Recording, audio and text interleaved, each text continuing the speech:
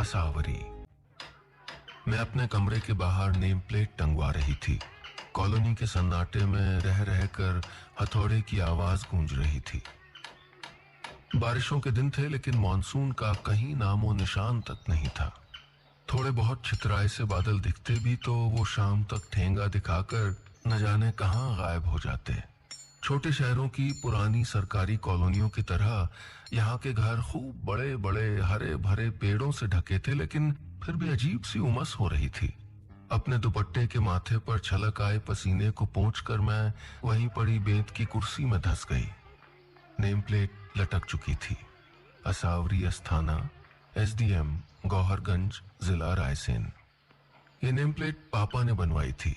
सागौन की शानदार लकड़ी पर बारीक नक्काशी का काम और चारों ओर पीतल की पट्टी। जब मेरा मध्य प्रदेश प्रशासनिक अधिकारी के रूप में सिलेक्शन हुआ था, तब पापा की तरफ से तोहफा थी ये नेम प्लेट। मेरी पहली पोस्टिंग मंडला हुई थी और वहां अलॉट हुए सरकारी बंगले के बाहर मैंने बड़े गर्व से इसको लटकाया था। और तब से अब तक न जाने कितनी बार ये तख्ती उखाड़ी गई और फिर किसी नए शहर, नए दफ्तर में दोबारा ठोकी गई। मैंने किसी भी जिले में 1 साल के यूं काम नहीं किया। हर नई पोस्टिंग में कुछ दिनों तक तो सब कुछ ठीक रहता था, फिर किसी न किसी वजह से मेरा तबादला कहीं और हो जाता था, या यूं कहिए कि कर दिया जाता था। कभी कोई नेता नाराज हो जाते थे कि उनके किसी रिश्तेदार का काम नहीं हुआ, तो कभी अफसर रूठ जाते कि मैं तीज त्योहार पर खाली हाथ बधाई दे रही हूं। पर शायद अपनी नेम प्लेट की तरह मैं भी मजबूत थी। इतनी चोट खाने के बाद भी न मेरे नाम की तख्ती टूटी, न मैं, बल्कि मुझको लगता है कि हर बार मैं और ज्यादा हिम्मती और उसूल पसंद होती चली गई। इसकी वजह शायद मेरे भीतर छिपी अपने देश के लिए, समाज के लिए कुछ करने की दिली इच्छा थी। घर में सरकार की तरफ से तैनात बूढ़े चौकीदार बाबा मुस्कुराते हुए मेरे नाम की तख्ती को अपने लाल चारखानों वाले गमछे से पोंछ रहे थे। वो मेरी तरफ मुड़े और अपनी खरखराती आवाज में बोले, चमक रहा है ना मैडम आपका नाम? मैं मुस्कुरा दी, लेकिन मन के किसी कोने में हल्की सी चुभन महसूस की। वो चुभन जो मुझे मेरी ईमानदारी के एवज में मिलती चली आई है, वो चुभन जो मुझको अंदर से तोड़ने की लगातार कोशिश करती है। लेकिन जितनी बार मेरा मन कराह कर डगमगाया, उतनी बार मुझे लगा पापा मेरा हाथ थाम रहे हैं और कह रहे हैं कि डरना मत, पीछे मत हटना। और मैं पूरे जोश के साथ आगे बढ़ जाती। पता नहीं मन कब तक ऐसे ही खोने पाने का हिसाब करता रहता। मेरा फोन गनगना उठा। थाने से टीआई की आवाज आई, टीम तैयार है मैडम। मैं मुस्कुरा कर चल दी। मेरे रास्ते में मुश्किलें जरूर थीं, लेकिन मुझको रोक सकें उतनी बड़ी मुश्किल अब तक तो नहीं आई थी। आज मुझे कस्बे के इकलौते पार्क के करीब बन रहे एक बड़े शॉपिंग मॉल को बनने से रोकने जाना था। सारी कागजी कार्रवाई मैंने पहले ही कर ली थी। पुलिस और कॉरपोरेशन को भी खबर कर दी थी। मैं जानती थी कि आसान नहीं है शहर के बड़े बिल्डरों से टकराना। अपनी बनाई इमारतों की तरह शायद ये खुद भी लोहे और सीमेंट के बने होंगे, तभी तो इतनी आसानी से पार्क की परवाह किए बगैर इतना बड़ा मॉल खड़ा करने चले हैं। न जाने कितने पेड़ काटेंगे, कितने पंछियों के बसेरे उजड़ेंगे, मगर उनको कोई परवाह नहीं थी। पिछले महीने जब मैंने यहाँ ज्वाइन किया था तो आदतन पूरे कस्बे का मुआयना किया था। हर नई जगह पहुंचने पर मैं ऐसा ही करती थी। जैसे डॉक्टर सबसे पहले मरीज की नब्ज देखता है ना, ठीक वैसा ही कुछ। मैं शाम को दफ्तर के बाद पैदल निकल जाती थी, यहाँ वहां, चौड़ी सड़क को छोड़कर संकरी गलियों में, मोहल्लों में, और पता नहीं कैसे घूम फिर के वापस उसी पार्क के करीब पहुंच जाती, जैसे वो पार्क चुपचाप मेरे साथ साथ चल रहा हो। इस छोटे से कस्बे की आत्मा थी ये पार्क, जहां शाम को बच्चों और बुजुर्गों का जमावड़ा हो जाता और घर लौटती चिड़ियों का शोर बच्चों के शोर से घुल मिल जाता।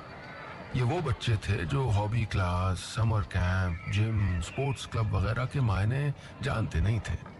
इनके लिए तो खुला आसमान और पेड़ों की छांव ही हॉबी क्लास थे। तितलियों को देखकर इन्होंने रंग समझे थे, बादलों से नए नए आकार बनाने सीखे थे, और उनका ये इकलौता सुख भी अब छिनने जा रहा था। मैं नहीं जानती कि उस बिल्डर को परमिशन कैसे मिली होगी, या शायद जानती हूं, लेकिन मेरी समस्या वो नहीं थी। मुझे तो बस इस ऊंची इमारत को बनने से रोकना था, क्योंकि इसके बनते ही पार्क तक न सूरज की रोशनी पहुंचेगी, न हवा, न पानी। तब वो पार्क कहाँ रहेगा? उसे बंजर मैदान बनने में कितना वक्त लगेगा? कैसा लगेगा बिना चिड़ियों के शोर के वहां बैठना? बिना बुजुर्गों और बच्चों के वहां की क्यारियां भी तो सूख जाएंगी, और वो जो पेड़ कटेंगे उनका क्या? कहीं वो रूठ गए और हमारे घर से कुर्सी, मेजें, पलंग, खिड़की, दरवाजे वापस मांगने आ गए तो?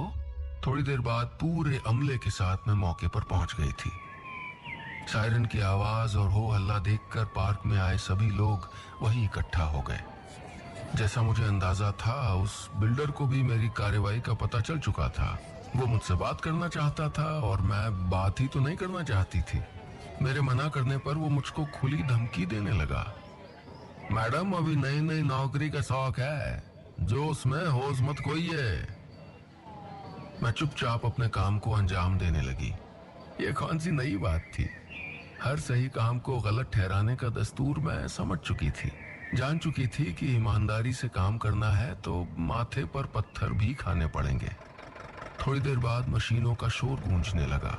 वहां खड़े किए हुए कंक्रीट पिलर भरभरा कर जमीन पर गिर गए। आसपास हवा में धूल भर गई। शोर सुनकर चिड़िया घबरा गईं, आसमान में चक्कर काटने लगीं। थोड़ी देर बाद सब शांत। मैं थक कर जीप में आकर बैठ गई। ड्राइवर को चलने का इशारा किया तो पार्क में आने वाले बुजुर्गों और बच्चों के मुस्कुराते चेहरों और चमकती आंखों को देखकर मेरी थकान उड़नछू हो गई। घर आकर मैंने खूब स्ट्रॉन्ग कॉफी बनाई, ज्यादा शक्कर डालकर। दिन भर की कड़वाहट को गले से नीचे उतार लेना चाहती थी। मैंने कॉफी सिप करते हुए अपने मोबाइल के मैसेजेस चेक करने शुरू किए। भरा हुआ था नोटिफिकेशन से। माँ के मैसेज थे कि आज उनके स्कूल में रिजल्ट आया था, सब बच्चे पास हो गए थे। फला लड़की के गले में तो साक्षात सरस्वती बैठी हैं। माँ के भीतर की खुशी मैंने भी महसूस की। संगीत स्कूल माँ का सपना था, जो पापा के जाने के बाद उनके जीने की वजह बन गया था। अगला मैसेज उस बिल्डर का था।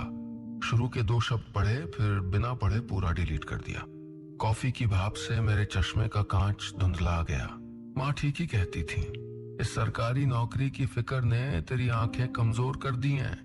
अगर अपने पापा की जगह मेरी शिष्या बन जाती तो संगीत सीखती, बेफिक्र होके बस गाते गुनगुनाते उम्र गुजर जाती। असावरी, मेरा नाम वाकई बस एक राग का नाम रह गया था। पापा अक्सर हंसी उड़ाते हुए कहते थे, ये है मेरी बेसुरी असावरी। माँ चिढ़ जाती थी। उनको लगता था कि पापा उनके संगीत का मजाक उड़ा रहे हैं। माँ पापा की बातें याद करके मैं मुस्कुरा उठी। बाकी के मैसेजेस देखने लगी। कार्तिक के 6 मैसेज थे, सब में एक ही शिकायत कि जब से अफसर बनी हो बदल गई हो। आखिरी मैसेज में लिखा था, और हाँ प्लीज थोड़े दिन जनता को तंग मत करना, वरना फिर ट्रांसफर हो जाएगा। मैं जानती थी कि वो मजाक कर रहा है, लेकिन फिर भी मैंने एक मैसेज टाइप करके उसको जवाब भेज दिया। तुम भूल रहे हो, मैं जनता की तरफ हूँ। कार्तिक मेरा कॉलेज के दिनों का दोस्त था, और कॉलेज खत्म होते होते हमारी दोस्ती कम होने लगी और उसकी जगह प्यार लेने लगा, जबकि हमारे स्वभाव एकदम अलग थे। मैं जितनी संजीदा थी वो उतना ही मस्त मौला। मैं सादगी पसंद और वो हर चीज का शौकीन। छोटे से कस्बे में उसके पिताजी की शुगर मिल थी। उसके पास पैसा खूब था, लेकिन मुझको पावर का नशा था। वो पावर जिसको इस्तेमाल करके मैं आम लोगों के भले के लिए कुछ काम कर सकूं, बदल सकूं अपने आसपास की हर वो चीज जो मुझको खटकती है। सीमाओं पर जाकर युद्ध तो नहीं लड़ सकती हूँ, लेकिन अपने देश के लिए मैं इतना तो कर ही सकती थी। और फिर मेरा सिलेक्शन सिविल सर्विसेज में हो गया। पिछले कुछ सालों में मेरी जहां भी पोस्टिंग हुई, वहां के लोगों ने मुझको सर आंखों पे बिठाया। पर मैं ये जान नहीं पाई थी कि कार्तिक मेरी नौकरी से खुश था या नाखुश। अगले दिन सुबह उठकर मैं हमेशा की तरह अखबार उठाने बाहर गई। डिजिटल खबरों के दौर में भी मेरा मन कड़क अखबार पढ़ के ही भरता था, और 1-2 नहीं 3 अखबार, 2 हिंदी और 1 अंग्रेजी। बचपन में तो अखबारों के अच्छे एडिटोरियल काट के फाइल में सहेज लेती थी। शायद अब भी माँ के पास कहीं रखी हो वो फाइल। क्योंकि माओं की आदत होती है बीते दिनों को अपने पल्लू की गांठ में बांधकर भूल जाने की। मैंने अखबार डाइनिंग टेबल पर बिखेर दिए। तीनों अखबारों के भीतर के पन्नों में कल की खबर और उस पर लोगों की राय लिखी थी। अतिक्रमण हटाने की मुहिम की तस्वीरें भरी पड़ी थीं कि कैसे इतनी बड़ी बिल्डिंग पर बुलडोजर चलवा दिया। कहीं तारीफों के पुल थे तो कहीं लिखा था कि मैंने किसी पुरानी दुश्मनी का बदला लिया है। किसी ने दबे छिपे शब्दों में यह तक लिखा था कि शायद मैंने दूसरी पार्टी से रिश्वत ली होगी। कौन थी ये दूसरी पार्टी? ये बच्चे, वो बुजुर्ग, या वो चिड़िया, या वो पेड़? मैं हैरान थी कि इस बात को कोई सीधी सादी रूटीन कार्यवाही क्यों नहीं समझ रहा था। क्यों इतने सारे अनुमान लगाए जा रहे थे? मुझे बहुत गुस्सा आ रहा था। अखबार को मरोड़ कर रद्दी के ढेर में डाल देने का मन हुआ। डाल भी दिया, लेकिन उससे भीतर की कसमसाहट कम नहीं हुई। मैंने गाड़ी उठाई और पार्क की तरफ चल दी। बड़ी प्यारी सुबह थी। टूटी इमारत का मलबा वहीं पड़ा था, लेकिन धूल का नामो निशान नहीं था। पार्क में पहले जैसी रौनक थी। मैं एक कोने में लगी बेंच पर बैठ गई। मन एकदम शांत हो गया। अच्छा किया जो मैं यहाँ आई। मेरे फैसले पर क्यारियों में खिले ताजे फूलों ने मोहर लगा दी थी। अखबार में लिखी उलट पुलट बातें मेरे दिमाग से एकदम हवा हो गई। थोड़ी देर यहाँ वहां टहलकर मैं घर की तरफ चल दी। 10 बजे दफ्तर भी तो पहुंचना था। घर पहुंची तो बाहर ही चौकीदार काका बोले, मैडम कोई मेहमान आए हैं। अंदर गई तो सोफे पे बैठा कार्तिक अखबार पढ़ रहा था। कार्तिक, तुम कब आए? खुशी के मारे मैं जोर से चिल्ला पड़ी। हमेशा सधी हुई नपी तुली बात करने वाली अपनी अफसर को ऐसे बावला होते देखकर चौकीदार काका मुस्कुरा दिए। मैंने झेप के उनको चाय लाने को कहा और कार्तिक के करीब सोफे पर बैठ गई। कैसी हो? कार्तिक ने मेरे सवाल का जवाब न देकर खुद सवाल किया। जवाब मैंने भी नहीं दिया, बस कस के उसकी बाहें थाम ली। कार्तिक के करीब आते ही मैं बदल जाती थी। बारिश में छप छप करती, पानी उछालती किसी शैतान लड़की की सी हो जाती थी। कार्तिक भी मेरे करीब खिसक आया और अचानक बोला, शादी कर ले। मैं जोर से हंस पड़ी। ऐसे भी कोई प्रपोज करता है? तभी काका चाय लेकर आ गए। मैं सरक कर जरा दूर हो गई। कार्तिक ने मेरी आंखों में झांकते हुए फिर पूछा, बताइए एसडीएम साहिबा, शादी करेंगी मुझसे? मैं कुछ जवाब देती इससे पहले मेरी नजर टेबल पर रखे एक पैकेट पर पड़ी। एक सिकुड़े से पॉलिथीन के अंदर पुराने अखबार में लिपटा हुआ कुछ था। मैंने जल्दी से अखबार खोला तो सन्न रह गई। उसमें से नोटों की ढेर सारी गड्डियां बाहर झांक रही थीं।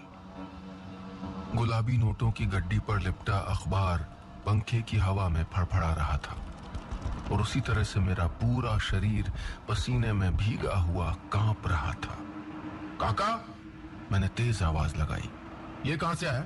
मैंने चिल्लाते हुए पूछा। चौकीदार काका ने मुझको देखा, फिर अखबार में लिपटी उन गड्डियों को और हकबकाते हुए बोले, मैडम हमें नहीं पता। हम तो साहब के आने के बाद बाहर बगीचे में थे, कोई बंगले पे आया ही नहीं है। तभी गड्डियों के बीच में से एक विजिटिंग कार्ड निकलकर मेरे पैरों के पास गिरा। मैंने उठाया तो उसमें उसी बिल्डर का नाम लिखा था जिसका बिल्डिंग कंस्ट्रक्शन मैंने कल रुकवाया था। मेरा दिमाग घूमने लगा। तेज गुस्सा आ रहा था उस रिश्वतखोर बिल्डर पे भी और खुद पे भी कि कल पार्क में उसकी बात पर चुप रहने की गलती क्यों की मैंने। मेरी चुप्पी का क्या से क्या अर्थ निकाल लिया था उसने। मुझे रिश्वत देने की कोशिश। मन में ऐसी खलबलाहट थी कि मैं कुछ सोच समझ ही नहीं पा रही थी। माँ की कही एक बात याद आ गई। वो हमेशा कहती थी कि अगर तू संगीत सीख लेती तो तुझको इतना गुस्सा नहीं आता। एक अच्छा गीत बिगड़े मन को संभालने की ताकत रखता है। मैंने लिविंग रूम के कोने में रखे शोकेस पर सजा म्यूजिक सिस्टम ऑन कर दिया। धीमा संगीत वाकई किसी पेन रिलीवर दवा की तरह लगा कि मन में उठा बवंडर कुछ शांत हो गया है। मुझे एहसास हुआ कि ईमानदार होना कोई मुश्किल बात नहीं थी। मुश्किल था अपने भीतर की ईमानदारी को हमेशा के लिए बचाए रखना, नदी की धार के विपरीत चलने जैसा। मैं शोकेस से टिकी आंखें बंद किए खड़ी थी। असावरी, कार्तिक की आवाज और अपने कंधे पर उसके स्पर्श से मैं चौंक गई। भूल ही गई थी कि वो भी यहाँ है। Oh I am sorry, I am really sorry, मैंने उसकी बाहें थामते हुए कहा। वो कुछ कहने को हुआ कि मुझे फिर टोकना पड़ा। Give me some time please. हाँ, मुझे नॉर्मल होने के पहले उस बिल्डर से बात करनी जरूरी है। How dare he. मैं बनमनाई। हिम्मत तो देखो इसकी। मुझे जानता नहीं है ये, अब पछताएगा। और मैंने फोन उठाया और कार्ड में देखकर बिल्डर का नंबर मिलाने लगी। तभी कार्तिक ने मेरे हाथ से फोन खींच लिया और डिस्कनेक्ट कर दिया। वो कुछ देर मेरे चेहरे को देखता रहा, फिर नजरें घुमा ली। बोला, ये पैसे बिल्डर ने मेरे हाथों भिजवाए हैं। वो मेरा दोस्त जानता है मुझे। मैं हैरान होकर कार्तिक को देखती रही।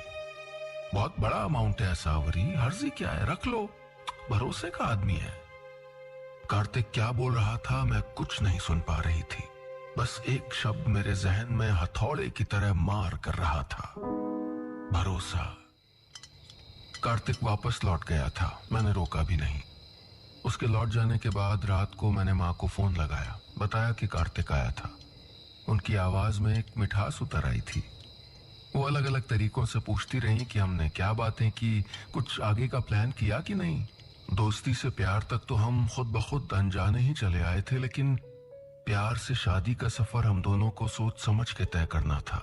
मैं उस दिन के वाकये के बाद कार्तिक से बहुत कुछ कहना और पूछना चाहती थी, लेकिन मैं जानती थी कि मेरे सवाल बहुत नुकीले हैं, हमारे रिश्ते को तार तार कर देंगे। इसलिए कुछ दिन तक मैंने उससे दूरी बनाए रखी कि शायद उसे अपनी गलती का एहसास हो, वो समझे कि मेरा काम और मेरी जिम्मेदारियां मेरे लिए कितनी जरूरी हैं। लेकिन ऐसा कुछ नहीं हुआ। माँ मुझसे बार बार कहती रही, तू ही कर ले फोन, क्या पता कुछ गलत फहमी हो। ऐसी छोटी छोटी बातों से रिश्ते थोड़े तोड़े जाते हैं। मैं हंस दी। माँ, तुम कलाकार हो, दिल से सोचती हो, फिक्र मत करो, आई कैन हैंडल दिस।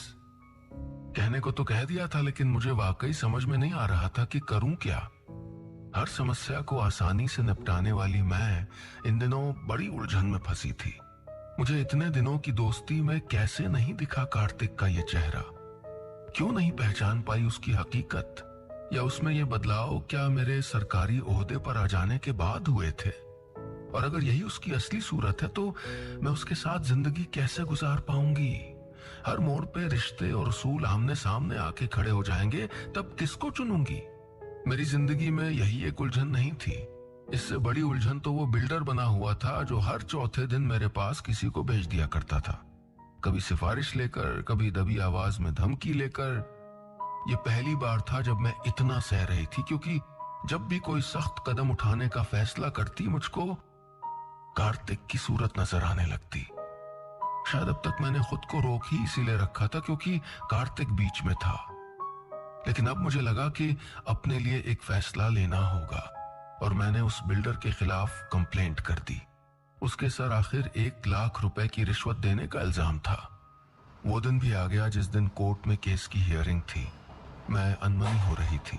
मुझे लग रहा था कि कितना मुश्किल है किसी की बेईमानी साबित कर पाना, और शायद उससे भी ज्यादा मुश्किल था ईमानदारी साबित करना। आज भी उमस ज्यादा थी, या मेरे माथे पर छलक आए पसीने की वजह कुछ और थी, पता नहीं। मैं बैग से बोतल निकालकर पानी पीने लगी कि मेरी नजर सामने से आते कार्तिक पर पड़ी। मैं चौंक गई, ये यहाँ भी आया है, क्योंकि बिल्डर उसका दोस्त था। मन कसैला हो आया। मेरी नजर कार्तिक से मिली। वो मुस्कुरा रहा था अपने अल्हड़ अंदाज में। मैं कसमसा गई। वो मेरे करीब आ गया, मुझको ध्यान से देखने लगा। काश वो मेरी बेचैनी समझ पाता। मैंने हिम्मत करके पूछा, तुम यहाँ क्या कर रहे हो? वो हंस दिया। अरे एसडीएम साहिबा, मैं यहाँ उस बिल्डर के खिलाफ आपका गवाह हूं, भूल गई क्या? मैंने उसकी आंखों में झांक के देखा। वो अब भी हंस रहा था, और उसकी आंखों में मैंने वो सब कुछ पढ़ लिया था जिसका मुझको न जाने कितने दिनों से इंतजार था। जिंदगी का एक और मुकदमा मेरे पक्ष में हो गया था। बस इतनी सी थी ये कहानी।